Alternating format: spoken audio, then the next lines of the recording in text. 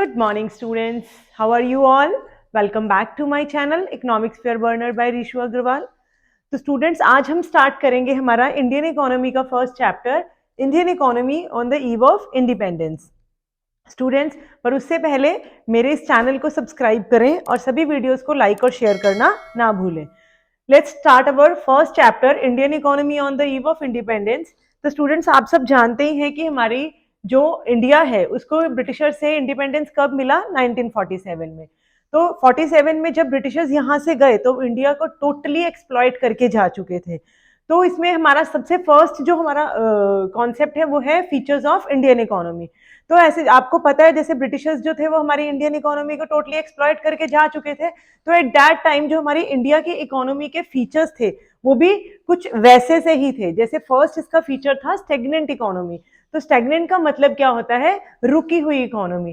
तो यहाँ पे हमारी इकोनॉमी में eight that time because Britishers सब कुछ एक्सप्लॉइट करके जा चुके थे, पूरा एग्रीकल्चर सेक्टर को, इंडस्ट्रियल सेक्टर को और इवन हमारे फॉरेन ट्रेड को, सारी चीजों को उन्होंने टोटली एक्सप्लॉइट कर दिया था, जिसके वजह से हमारी जो इकोनॉमी थी, हमारी इंडिया की इकोनॉमी में अब किसी भी तरह की कोई भी ग्रोथ नहीं हो रही थी।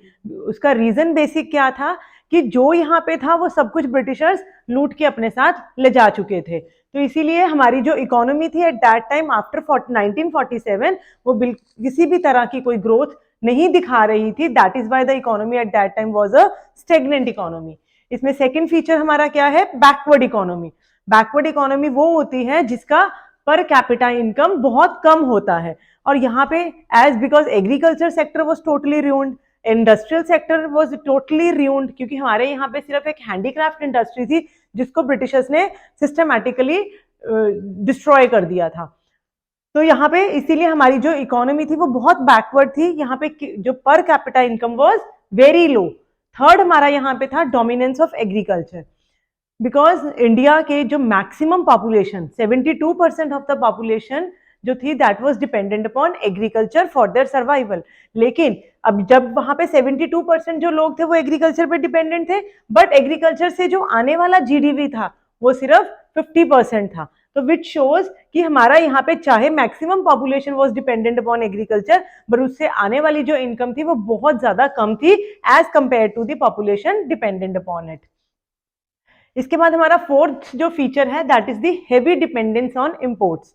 As the Britishers had destroyed our handicrafts industry, there was no heavy and capital goods industry यहाँ पे किसी तरह की भी नहीं थी। Moreover consumer goods industry भी यहाँ पे नहीं थी। तो जो हमारे इंडियन इकोनॉमी थी वो कैपिटल गुड्स के लिए, हैवी गुड्स के लिए, या मैं कहूँ अगर कंज्यूमर गुड्स जैसे स्विंग मशीन्स, कॉटन क्लोथ्स वगैरह के लिए किस पे डिपेंडेंट थी?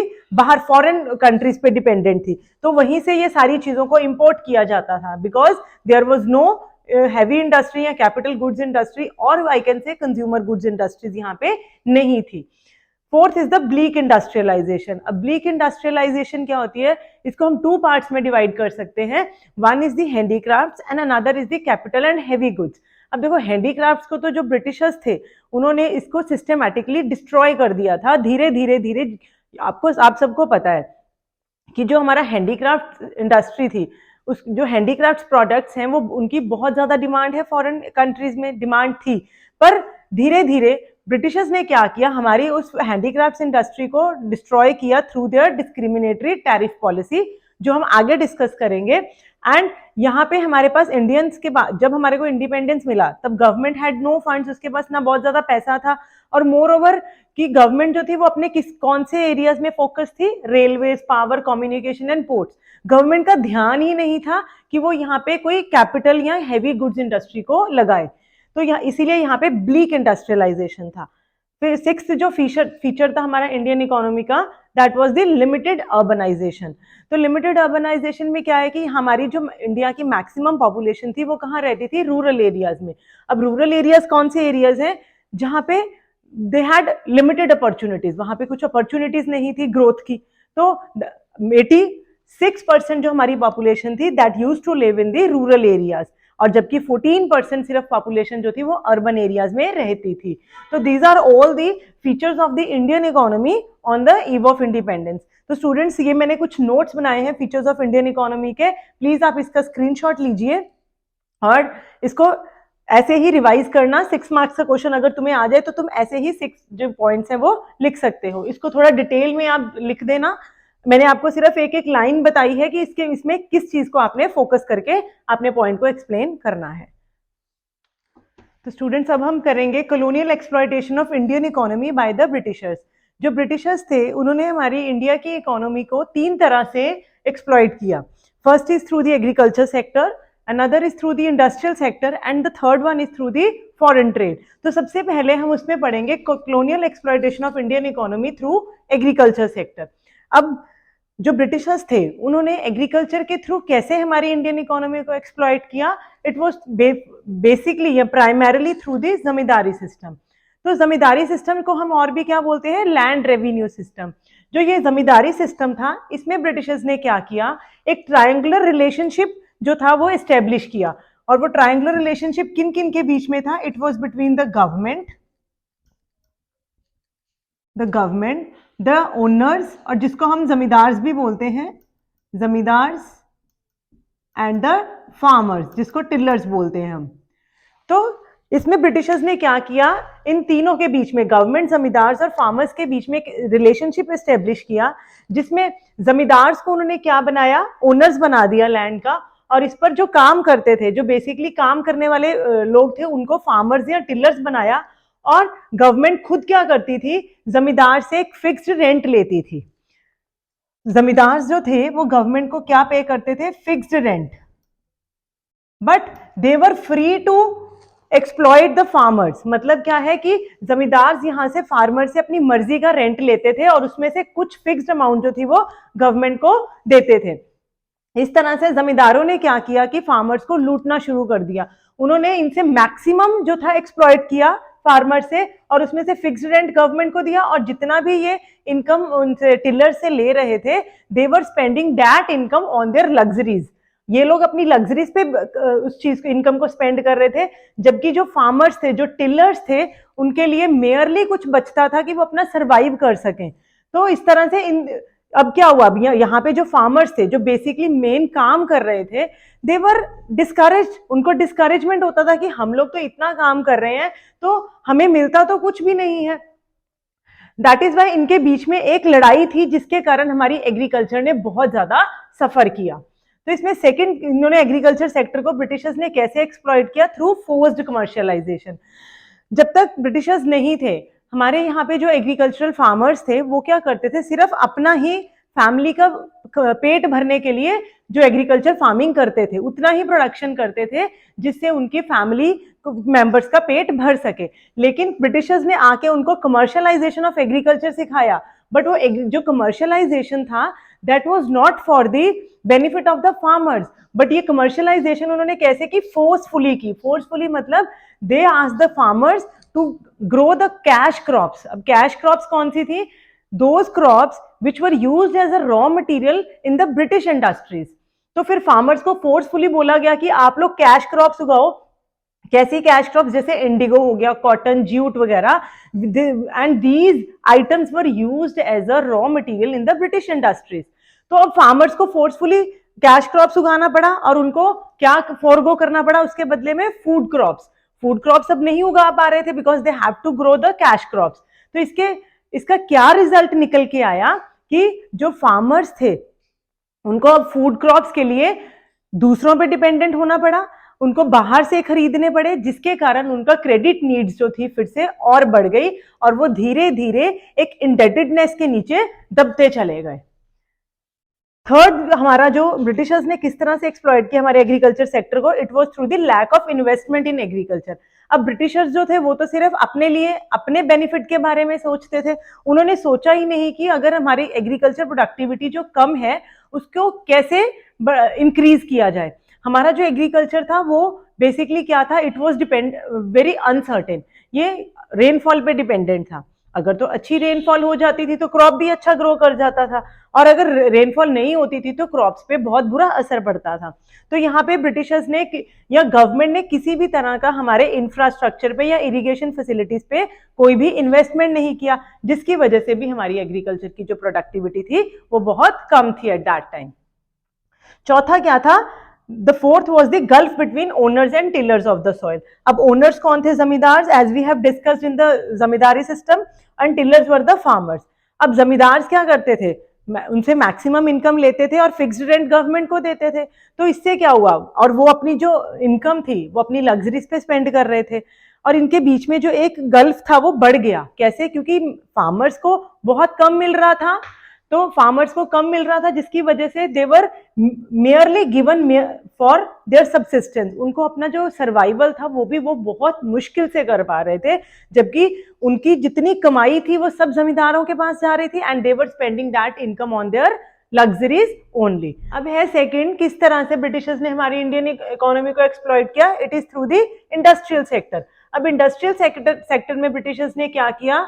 हमारे जो हैंडीक्राफ्ट इंडस्ट्री थी उसको सिस्टमेटिकली इसने डिस्ट्रॉय किया। Students, as you all know कि हमारे जो हैंडीक्राफ्ट प्रोडक्ट्स हैं उनकी बहुत ज्यादा डिमांड थी डोमेस्टिक कंट्री में भी as well as international market में भी। क्यों थी? क्योंकि they were very good quality products और उनकी and they were excellent products, तो इसीलिए उनकी डिमांड बहुत ज्यादा थी। तो ब्रिटिशर्स ने फर्स्ट जो टारगेट किया हमारी हैंडीक्राफ्ट इंडस्ट्री को टारगेट किया और इसको डिस्ट्रॉय करके हमारे इंडस्ट्रियल सेक्टर को एक्सप्लॉइट किया। किस तरह से उन्होंने हमारे हैंडीक्राफ्ट इंडस्ट्री को एक्सप्लॉइट किया? It was through the discriminatory tariff policy. तो स्टूडेंट्स, डिस्क्रिमिनेटरी टैरिफ पॉलिसी क्या थी? इसमें उन्होंने क्या किया? Duty free export of raw material from India. अब इंडिया से जितना भी रॉ मटेरियल उनकी इंडस्ट्रीज को चाहिए होता था वो ड्यूटी फ्री ले जाते थे, जैसे कॉटन, जूट या इंडिगो वगैरह जो बाहर ब्रिटिश के इंडस्ट्रीज को चाहिए होता था वो हमारे कंट्री से वो ड्यूटी फ्री यहाँ से ले जाते थे। इसी तरह से वहां के जो ब्रिटिश की इंडस्ट्रीज ने फिनिश्ड गुड्स तैयार करते थे, जो ब्रिटिश इंडस्ट्रीज तैयार करती थी वहां से उनको इंपोर्ट भी वो ड्यूटी फ्री करते थे। इससे क्या होता था कि जब बाहर से फिनिश्ड गुड्स रेडी होकर आते थे तो वो पहली बात तो वो मशीन मेड गुड्स होते थे, दूसरा जब वो ड्यूटी फ्री इंपोर्ट होगा उनका तो naturally they will be less expensive, वो कम कॉस्टली होंगे। तो इससे क्या होगा? हमारे हैंडीक्राफ्ट प्रोडक्ट्स नेचुरली वो मैन मेड थे, मैनुअली प्रोड्यूस होते थे, तो इसीलिए जो फिनिश्ड गुड्स थे, ब्रिटिशर्स फिनिश्ड गुड्स थे, देवर प्रोड्यूस थ्रू मशीन्स। तो machine, students you all no, जो मशीन के द्वारा प्रोड्यूस किए गुड्स होते हैं उनकी जो क्वालिटी होती है वो सुप्रीम होती है as compare to the handmade goods. और दूसरा क्या हो गया? जो फिनिश गुड्स ड्यूटी फ्री आते थे वो लेस एक्सपेंसिव हो गए as compare to the handicraft goods. और ये तो था कि उन्होंने अपने रॉ मटेरियल या अपने ही फिनिश गुड्स को ड्यूटी फ्री एक्सपोर्ट या इंपोर्ट किया, और दूसरी तरफ उन्होंने क्या किया? जितने हमारे हैंडीक्राफ्ट गुड्स थे उनको उनके ऊपर हैवी ड्यूटी इंपोज कर दी ताकि वो गुड्स और भी महंगे हो जाए। पहला तो उन्होंने इसको डोमेस्टिक उसकी मार्केट खराब कर दी through the finished goods by importing finished goods from the British industry, और दूसरा उन्होंने इंटरनेशनल मार्केट हमारे हैंडीक्राफ्ट गुड्स की जो है वो खत्म कर दी by imposing heavy duty on our handicrafts. तो इस तरह से उन्होंने एक सिस्टमैटिकली हमारे हैंडीक्राफ्ट इंडस्ट्री को एक्सप्लॉइट कर दिया। दूसरा इसमें उन्होंने क्या किया? जैसे देखो, bleak growth of Indian industry. अब हमारे at the time of independence हमारे कंट्री में कोई भी किसी भी तरह की बहुत ज्यादा इंडस्ट्रीज नहीं थी। कैपिटल और हैवी गुड्स तो यहाँ पे जो इंडस्ट्री थी वो तो यहाँ पे थी ही नहीं। पहली बात तो लोगों के पास पैसा ही नहीं था, दूसरा उसका रीजन क्या था कि गवर्नमेंट का भी जो मेजर फोकस था that was on the railways, communication या पोर्ट्स वगैरह पे था। तो गवर्नमेंट का इस तरफ फोकस ही नहीं था कि हम लोग कि गवर्नमेंट प्रोड्यूस करती, बनाती, कैपिटल गुड्स इंडस्ट्रीज को एस्टेब्लिश करती या हैवी गुड्स इंडस्ट्रीज एस्टेब्लिश करती। तो इससे क्या था? हमारा जो डिपेंडेंस था इन गुड्स को लेके that was on the foreign countries. हम ये सारी चीजें फॉरेन कंट्रीज से इंपोर्ट कर रहे थे और जब गवर्नमेंट का बेसिक फोकस किस पे था? रेलवेज और कम्युनिकेशन पे। तो जब गवर्नमेंट ने इस पे फोकस किया उससे भी क्या हुआ कि जो ब्रिटिशर्स के गुड्स की मार्केट थी वो ज्यादा एक्सपैंड हुई, क्योंकि यू नो कि जो इंफ्रास्ट्रक्चर है they help in expanding the market for the goods. और दूसरा यहाँ पे और क्या था कि जो कॉटन और जूट इंडस्ट्रीज थी वो कहाँ पे बेसिक मेजरली सेटअप हुई? They were majorly set up in Maharashtra, Gujarat and Bengal. और ये इंडस्ट्रीज को भी कौन कंट्रोल कर रहा था? ब्रिटिशर्स ही कंट्रोल कर रहे थे। तो नेचुरली जिस भी चीज पर ब्रिटिशर्स का कंट्रोल आ जाएगा वहां पे जितना भी जो बेनिफिट होगा that will be only for the Britishers only, right? तो इस तरह से हमारे इंडस्ट्रियल सेक्टर को जो ब्रिटिशर्स ने एक्सप्लॉइट किया, it was through the decay of handicrafts and through bleak growth of Indian industries. चलिए अब इसमें थर्ड हम पॉइंट पढ़ेंगे, वो है how the third way how the Britishers exploited the Indian economy was through the foreign sector. अब foreign sector में students हमें पता है, हमने पीछे डिस्कस किया कि हमारी कंट्री से जो ब्रिटिशर्स थे वो क्या ले जाते थे, raw material, duty free export of raw material होता था and duty free import of finished goods होता था। तो students it is very important कि अगर एक कंट्री जो है वो डेवलप्ड नेशन है, ये हमें किससे बेसिकली शो होता है, अगर वो एक्सपोर्ट करे अपने इंडस्ट्रियल प्रोडक्ट्स, ना कि रॉ मटेरियल। अब यहाँ पे हमारे पास क्या था एट दैट टाइम, जो इंडियन इकोनॉमी से एक्सपोर्ट किसका हो रहा था, प्राइमरी प्रोडक्ट्स का या रॉ मटेरियल, जैसे कॉटन, जूट, वूल, शुगर, इंडिगो वगैरह का एक्सपोर्ट यहाँ से हो रहा था और वो भी ड्यूटी फ्री हो रहा था। और दूसरी तरफ इंपोर्ट किसका हो रहा था, हमारे यहाँ पे finished goods, British finished goods का इंपोर्ट जो था हो रहा था, और वो कौन से थे, कॉटन, सिल्क, वुलन क्लोथ्स या कैपिटल गुड्स जो थी वो वहां से इंपोर्ट हो रही थी। तो इस तरह से उन्होंने, ब्रिटिशर्स ने क्या किया, इन रॉ मटेरियल भी ड्यूटी फ्री ले जाते थे और इंपोर्ट भी जो फिनिश्ड गुड्स का करते थे वो भी ड्यूटी फ्री करते थे। और दूसरी तरफ उन्होंने हमारे हैंडीक्राफ्ट्स को ड्यूटी, उन पर जो हेवी ड्यूटीज इम्पोज कर दी। तो इस तरह से उन्होंने अपने गुड्स की जो इंडस्ट्री मार्केट थी वो हमारी इंडियन इकोनॉमी में डेवलप कर दी, और जिससे हमारी जो हैंडीक्राफ्ट इंडस्ट्रीज को एक बहुत बड़ा सेटबैक मिला।